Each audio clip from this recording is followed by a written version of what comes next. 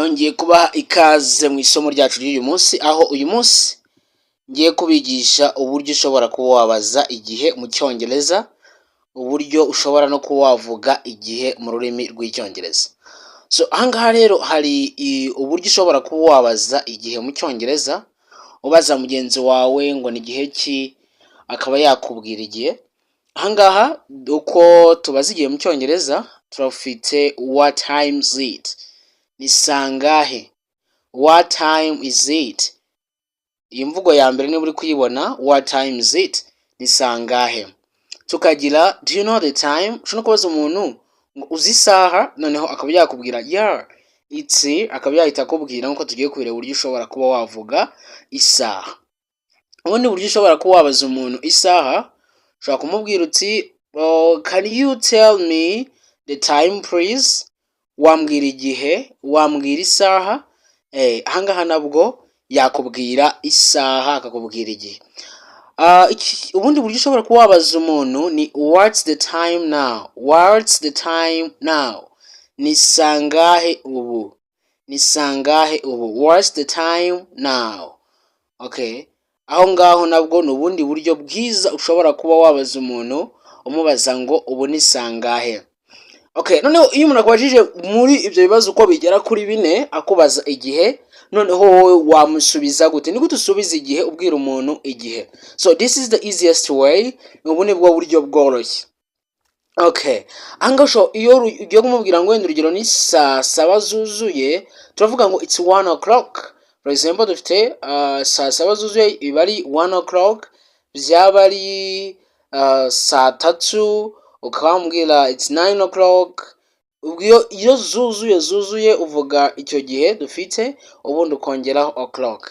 Nibwo buryo tuvuga isaha yuzuye. Noneho iyo dufite iminota irenga ushobora kuvuga, for example hano dufite saa 7:15. Ahangaha ushobora kuvuga uti it's 1:15, it's 1:15. Uvuga uriya mubare uri imbere n'ubundi w'isaha dufite ndetse n'iminota, it's 1:15. Ariko hano kuri 15 bishobora kuba wenda ibyihariye, kuko ushobora no kuvuga ngo it's 10:15, it's 1:15, sorry, it's 1:15. Quarter past ni nk'icyakane cy'isaha gishize saa 7. Ubona uvuga ngo ni iminota 15, mu gihe iminota 15 ari yishize ushobora gukoresha it's 1:15. It's 1:15 ukaba uvuze ko hasize iminota 15. Cyangwa se ukaba wamubwira umuntu ngo it's 1:15. Okay, ubundi buryo ushobora kuba wavuga igihe wenda ari iminota 30, ushobora kuvuga ati it's 1:30, it's 1:30. Ukamubwira ko ari saa 7:30. Okay, ubona bwo ubundi buryo bwo kubwira umuntu igihe, cyangwa se ukamubwira ngo it's 1:30, it's 1:30. Ni saa 7 zirenzeho igice. Saa 7 zirenzeho igice.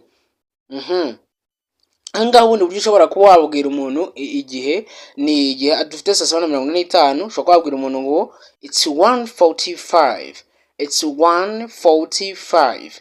Ahangaha uba umubwiye ko ari saa 7:45, cyangwa se it's a quarter to 2, it's a quarter to 2. Uno kuvuga ngo harabura iminota 15 kugira ngo tugere saa 7. Uno kubwira umuntu saa 8, sorry, ni kubwira umuntu ngo ni saa 8 zibura 15, it's quarter to 2, it's quarter to 2.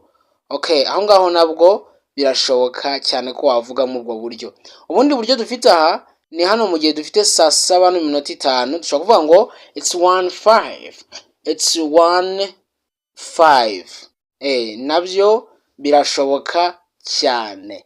Ubundi ukaba wabwira umuntu igihe runaka. Ubona watangira kugenda ureba amasaha, ukaba wabwira umuntu icyo gihe bigendeye ku ngero nguhaye ahangaha. So mu mvugo rero hari imvugo zihari nazo zikoreshwa mu kugaragaza igihe neza bitewe n'igihe igikorwa kiba kiri gukorerwa, niho dushobora gusangamo on time. On time ikunze gukoreshwa iyo umuntu runaka cyangwa se umuntu runaka ahageze mu gihe cya nyacyo nta gutinda. ashobora kuba umuntu, ashobora kuba bisi, ashobora kuba indege, ikintu cyose kiri buhagerere ku gihe dukoresha on time. For example, dushobora kuvuga ngo the bus is always on time. Bus ihora izira ku gihe. Okay, noneho tukagira ijambo rya kabiri tufite ni in time. In time, iyi mvugo nayo ikoreshwa iyo tuvuze kuhagera mbere yuko ibintu bitangira. Okay, iyo uhageze mbere yuko ibintu bitangira ariko utinzeho nyine byendaga guhita bitangira, icyo gihe tuvuga in time. In time, on time ni ukwagerera ku gihe nk'uko twari tumaze kubibona, while in time ni igihe noneho cya gikorwa cyari kigiye kwita gitangira. Urugero dufite hano ni I arrived in time for the meeting. Nahageze, ni nko kuvuga ngo umunota wa nyuma inama nyine igiye gutangira. Wahageze inama neza igiye gutangira. Ahandi dufite ni irindi jambo dufite ni at the right time. At the right time ni mu gihe gikwiye. Urugero dufite aha ni you spoke at the right time. Wavuze mu gihe cya nyacyo cyangwa se mu gihe gikwiriye. Iyi ni mvugo dufite ni on the dot. On the dot hangani ku isaha nyayo neza. Hari igihe gikwiriye runaka yavuze, no twagirana no ku isaha ya nyayo neza, exactly ku isaha. Hangaha niho tuzavuga urugero the class starts at 8 on the dot. 8 on the dot. Ubwo kuvuga ngo saa 2 mu kadomo. Mu Kinyarwanda nani tuvuga ngo mu kadomo. On the dot. Okay. So ahandi dufite ni ahead of time. Ahead of time imbere y'igihe. Urugero hano dufite ni we finish the work ahead of time. We finish the work ahead of time. Twasoje akazi mbere y'igihe.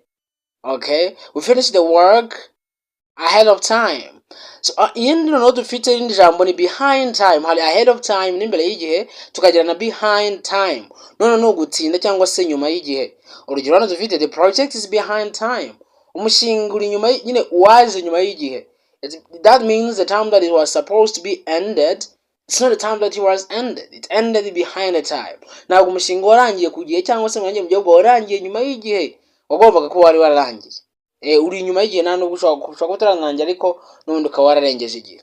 So again we have another word which is on schedule. Dufite noneho iyi ni mvugo ariyo on schedule. On schedule ni gukurikiza gahunda neza. Urugero naguha dufite we are on schedule. Ni ukuvuga ngo turi ku murongo, ntabwo turarenza igihe, turi kugendera na gahunda uko ipanze. We are on schedule. Okay. Ahangaha iyi mvugo ya munani ni off schedule. Off schedule ahangaha ikoreshwa iyo turi kuvuga ngo kutubahiriza gahunda. Urugero twavuga ngo the flight is off schedule today. Ahangaha turi kuvuga ngo noneho indege yagombaga guhaguruka cyangwa se kuguruka kw'indege byatinze umunsi ntabwo byagendeye ku gihe neza byagombaga kubera. Iyo ngiyo ni urugero twatangaga rwa off schedule. Off schedule. Tukagira noneho hano iyindi mvugo ya 9 right on time. Right on time ni ku gihe neza rwose, exact nyine ku gihe, right on time. Hangaha for example dufite you arrived right on time. Wahagereye ku gihe. You arrived right on time. Ibi byose bishobora kuba byakoreshwa hari byagiye ubona bisa nk'ibijya kuvuga kimwe. Yes, they may mean the same thing, but all of them they are used. The reason I gave you all of them is just because that sometimes you may meet with one of them and you will know exactly what that means. Okay, so ahangaha dufite 10th which is just in time. Ahangaha just in time bivuga ku mwanya wa nyuma. Ni nko kuvuga ngo neza ni ku munota wa nyuma. Reka mvuge wenda ku munota wa nyuma. Urugero mfite he just came he came just in time before the rain. Yaje ku munota wa nyuma neza mbere yuko imvura igwa. Yaje ku munota wa nyuma mbere yuko imvura igwa. Aho ngaho nuko bimeze. So hari ibisobanuro rero bihari byoroshye kuba wahita ubyumva on time, in time, at time. Akenshi nibyo bikunze kuba byakoreshwa cyane. Dufite on time ni ku gihe cya nyacyo utatinze. Urugero she is always on time for work. Azira ku gihe buri gihe ku kazi. In time mbere gato. mbere gato yuko ibintu bitangira niho in time ariko byendaga gutangira batinzeho. So urugero, we arrived in time to catch the bus. Twahagereye kugira ngo dufate bus, n'uvuga ngo twageze mu gihe neza bus yari igiye kuba yahaguruka cyangwa se twahageze nyine mu gihe. In time. Twahagereye mu gihe. Okay, at the time ikoreshwa mu mvugo z'umwihariko byihariye aho dushobora kuvuga ngo at that time, icyo gihe, at that time, at time that you were there, ku gihe wari uri icyo gihe cyangwa se ku gihe, mu gihe tugiye kuvuga mu gihe kiri specific runaka, mu gihe cyihariye runaka ibikorwa byabereye. Yego. So ahangaha rero ibyo ukwiye kumenya nuko on time ivuga punctual, mu gihe wagendeye ku gihe nyine ugendera ku gihe punctual. Tukagira in time ni early enough, nuko wageraho mbere ariko bihagije, nuko wageraho mbere bihagije atari imbere cyane, ukahagera nyine bihagije kuba wakumva ibigiye gukorwa cyangwa ibigiye ku buryo udasigara ku byari bigiye gukorwa. Tukagira a time at a specific moment, no kuvuga ngo igihe runaka wahagereye. Ashobora kuba tutari kuvuga ngo mu gihe cyangwa se tukorona tugaspecifying exact time, tukavuga igihe at that time ku gihe runaka. Okay, so anga reka dukora no mwitozo wihuse ubundi dusoze isomo ryacu turebe ko wabashije kuba wabyumva. Ndashaka ko no translatinga ibingibi turi kubona ahangaha ukagerageza kubishyira mu cyongereza. Dufite ni 4:30. Turavuga ngo iki? 4:30. Twagiye it's 4:30 or it's 4:30.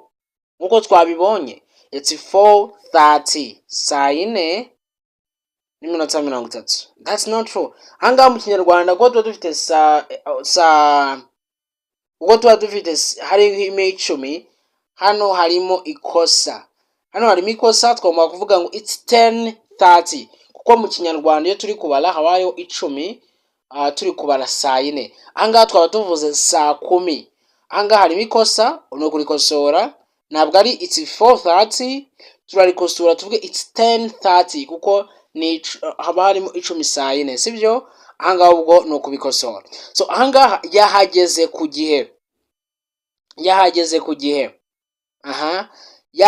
ku gihe turaza kuvuga ngo he arrived on time. Okay, ahandi ni yahageze mbere y'igihe. Twabonye mbere y'igihe kabari ryari biba ari ahead of time. She arrived ahead of time cyangwa se she arrived in time mu gihe. Imbere y'igihe ho ku buryo ugiye kuba noneho igikorwa kitaratangira ukaba wahita witegura kuba wajya mu gikorwa runaka ariko uje mbere y'igihe. Okay, and here we have also yaje ku munota wa nyuma. He came just in time. Ngo twabibonye in time nubwo biba ari imbere y'igihe ariko ni ku munota wa nyuma na nyuma wo kugira ngo bya bikorwa bitangire cyangwa cya gikorwa kibe. So another thing is ni gihe ki. Ikindi kibazo ni gihe ki. Could be translating in English, we will say what time is it? What time is it? Okay, nizere ko rero mwabashije kuryoherwa n'isomo ry'uyu munsi rikaba ryari ryiza. Ubwo niba warikunze bya byiza usubira subscribe kuri YouTube channel so that you don't miss any other lessons that we give on this YouTube channel. Ikindi nakubwira nuko uramutse utaranyandikiye kuri WhatsApp kugira ngo tugushyire muri group twigiramo buri munsi, wanyandikira tukagushyiramo.